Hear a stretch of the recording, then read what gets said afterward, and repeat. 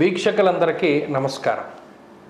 October నెల 10వ తారీఖు లగాయతు ఫిబ్రవరి 4వ తారీఖు వరకు దాదాపుగా 117 రోజుల పాటు వృషభ రాశిలో సంచారం చేస్తూ ఉన్నటువంటి గురువు వక్రగతిని పొందబోతూ ఉన్నారు.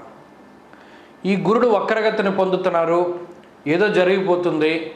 ఈ గురుడు వక్రగతిలో ఉన్నప్పుడు విపరీతమైనటువంటి ఫలితాలు వస్తాయి అని కొంతమంది కొంత దుష్ప్రచారాన్ని చేస్తున్నారు. ఇక్కడ ఒక విషయాన్ని గుర్తుపెట్టుకోవాలి.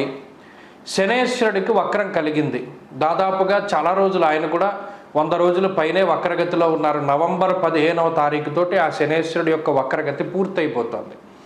ఇక్కడ ద్వాదశ రాశులకి ఫలితాలని మనం అధ్యయనం చేసేటప్పుడు కేవలం ఒక గ్రహాన్ని మాత్రమే దృష్టిలో పెట్టుకుని ఫలితాన్ని చెప్పకూడదు. మిగతా గ్రహాల తాలూకు ఫలితాలు కూడా ఉంటాయి కదా. ఉదాహరణకి ఏదైనా ఒక రాశి తీసుకుంటే ఆ రాశికి గురువు వక్రంలో ఉన్నారు, గురుడిచ్చే ఫలితాలు ఉంటాయి. కానీ మిగతా గ్రహం వల్ల వచ్చేటువంటి ఫలితాలు కూడా వస్తాయి కదా. ఇది కూడా అన్వయం అవుతుంది కదా. కేవలం ఒక గ్రహం ఫలితం మాత్రమే వస్తుంది అని అనుకోవడం మన మూర్ఖత్వమే అవుతుంది. ఈ గురుడు వక్రంలో ఉన్నారు. ఈ 117 రోజులు లేదా 119 రోజుల పాటు కొన్ని పంచాంగాల రీత్యా 117 రోజుల పాటు గురుడు వక్రగతిలో ఉన్నారు కాబట్టి మీకు ఇది అయిపోతుంది అని చెప్పడం అది మన అవివేకము. ఎందుకంటే గురుడి వల్ల ఇది జరుగుతుంది సరే. ఒకవేళ గురుడు పాపస్థానంలో ఉన్నారు, దానివల్ల ఇది కొంత ఇబ్బందికరమైన పరిస్థితులు ఉన్నాయి. మరి దీనివల్ల మిగతా గ్రహం ఇచ్చేటువంటి శుభ ఫలితాలు కూడా ఉంటాయి కదా. దాన్ని కూడా మనం దృష్టిలో పెట్టుకోవాలి. కాబట్టి ఇందులో మేము చెప్పేటువంటి ఏ ఫలితమైనా ఒక గ్రహం వల్ల మాత్రమే మీకు ఇది వస్తోంది అని చెప్తున్నాం. కానీ అట్ ద సేమ్ టైం ఇంకొక గ్రహం వల్ల ఏదైనా శుభ ఫలితం కనుక వస్తే ఈ చెడు అన్నది తగ్గుముఖం పడుతుంది. ఇది ప్రధానంగా గుర్తుపెట్టుకోవాలి. కాబట్టి ఈ గురువు యొక్క ఈ 117 రోజుల వక్రగతిని దృష్టిలో పెట్టుకుని ఏ రాశులకి ఏ ఫలితాన్ని గురుడు కలగజేస్తున్నారు అనేటువంటి విషయాన్ని దృష్టిలో పెట్టుకోవాలి. ఎందుకంటే ఆల్మోస్ట్ రాశి సంచారం పూర్తయిపోతూ ఉన్నటువంటి టైంలో ఉన్న గురుడు 40 డిగ్రీలు 43 డిగ్రీలు వరకు వెనక్కి వచ్చేస్తున్నారు. మరలా తర్వాత మే 15వ తారీఖున మారతారు గురుడు వృషభం నుండి మిథున రాశిలోకి. కాబట్టి ఈ రోజులు 117 రోజులు అటు మేషం నుండి మీనం వరకు ఏ రాశికి ఏ ఫలితాన్ని ఇస్తున్నారు గురుడు అనేటువంటి విషయాన్ని గనక పరిశీలన చేస్తే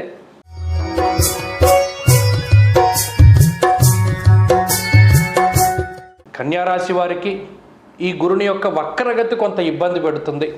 ఎందుకంటే యోగించేటువంటి స్థానాల్లో గ్రహాలు వక్రించి ఉన్నప్పుడు ముఖ్యంగా విషయం గుర్తుపెట్టుకోవాలి. షష్ఠ స్థానమందు శని వక్రి, షష్ఠ స్థానంలో శని యోగ కారకుడు కన్యారాశి వారికి, కానీ వక్రగతిలో ఉన్నారు. సప్తమంలో రాహు వక్రి. ఇప్పుడు భాగ్యంలో అంటే నవమంలో గురుడు విశేష యోగదాయకుడు, ఆయన వక్రం. ఈ 3 గ్రహాల వక్రగతి కూడా కన్యారాశి వారిని కొంత తిరోగమనంలో ప్రయాణం చేయడానికి అవకాశాన్ని కల్పిస్తుంది. చాలా జాగ్రత్తగా ముందుకు వెళ్ళవలసినటువంటి కాలము.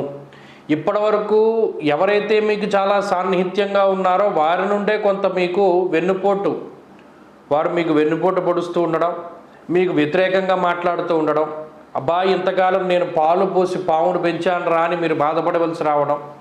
అలాగే చోరాగ్నిర్భ భీతిశ్చ, ప్రభుత్వం వల్ల కానీ పై అధికారుల వల్ల కానీ ప్రభుత్వాధికారుల వల్ల కానీ ఇబ్బంది, పదవిలో ఉండేటువంటి కన్యారాశి వారికి ఇబ్బంది, అలాగే కుటుంబ విషయాల్లోనూ లేదా ఆర్థిక సంబంధమైన విషయాల్లోనూ మోసపోతూ ఉండడం, ఇవన్నీ కూడా కొంత ఇబ్బంది కలిగించేటువంటి విషయాలు. కాబట్టి ఈ గురుడి యొక్క మార్పు ఈ వక్రగతి జరిగేటువంటి 117 రోజుల పాటు కూడా కన్యారాశి వారు చాలా అప్రమత్తతతోటి ఉండాలి.